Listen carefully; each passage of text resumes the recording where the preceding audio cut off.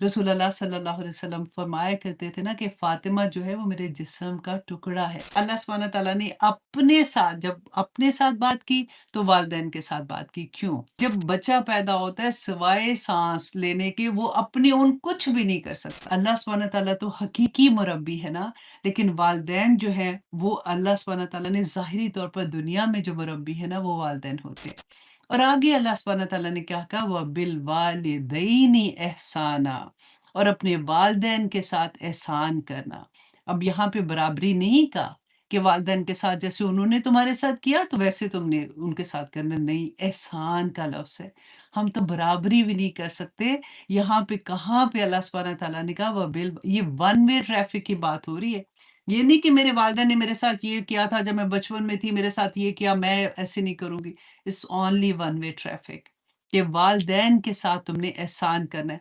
अब देखिए जहाँ पे भी आप कुरान में आप देखिएगा कि जहाँ पे वालिदैन के साथ एहसान की बात आई है ना, उधर-उधर अल्लाह सुब्हान तआला ने अपने साथ भी कि अल्लाह के साथ शिर्क ना करना।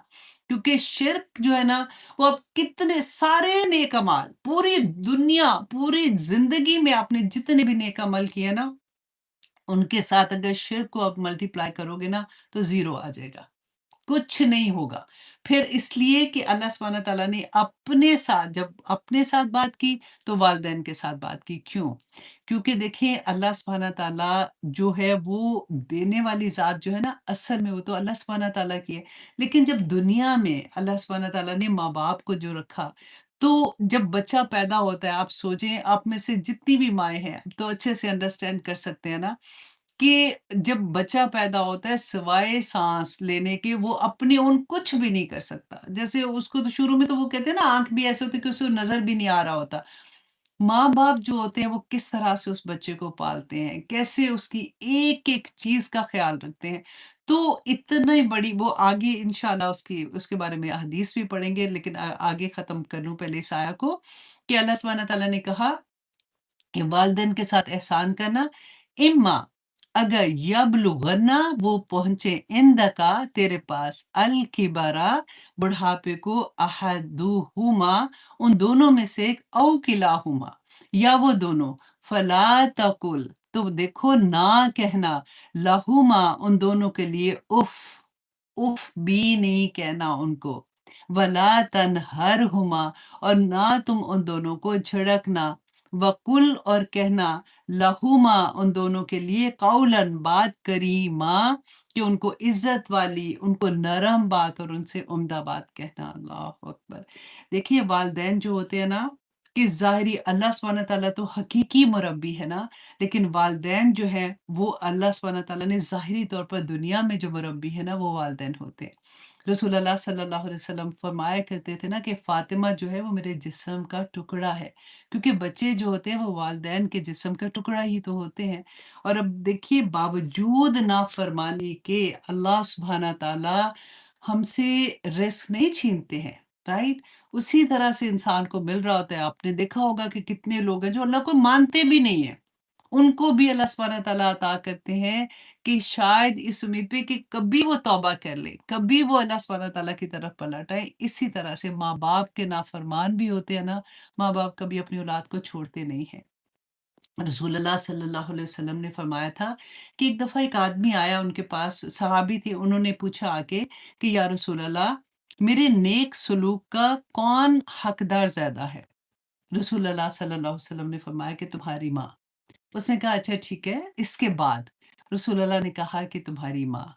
उसने कहा फिर तीसरी मर्तबा पूछा कि इसके बाद? तो उन्होंने कहा कि तुम्हारी माँ। फिर चौथी मर्तबा रसूलुल्लाह ने कहा कि तुम्हारा बाप।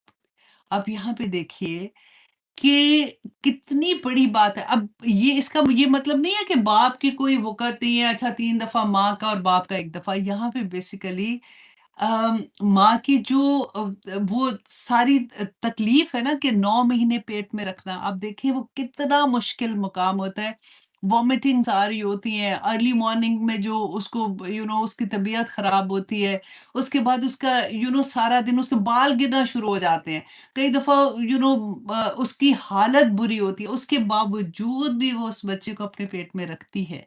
उसको उसके पूरे 9 महीने वो तकलीफ़ बर्दाश्त करती है। उसके बाद उसकी हार्मोन्स चेंज हो रहे होते हैं। किसी को देखें अब ब्लड प्रेशर कहीं चढ़ रहा होता है, किसी का शुगर ड्रॉप हो रही होती है, लेकिन वो अपने बच्चे को रखती है अपने ऊपर, राइट? 9 मंथ अपने पेट में रखती है। फिर डिलीवरी की जो तकलीफ़ होती है उसको वो सहती है।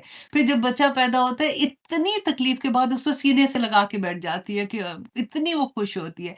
फिर उसकी एक-एक चीज़ में आप देखिए, फिर उसको दूध पिलाना, 2 साल उसको वो दूध पिलाती है, वो किस तरह से उसको रखती है। तो बाप की दुआ जो होती है ना, रसूल अल्लाह ने फरमाया था कि माँ तो नरम दिल भी होती है ना, वो तो सारा वक़्त ही ये उसका काम ही ये होता है। बाप एक मर्तबा भी औलाद के लिए दुआ करे ना, तो वो अर्श तक पहुँच जाती है। इतना बड़ा मुकाम है उसका भी।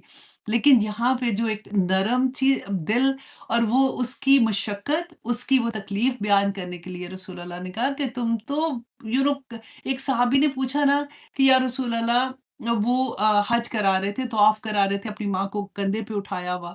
तो कहते हैं कि या रसूल अल्लाह, क्या मैंने अपनी माँ का हक अदा कर दिया है?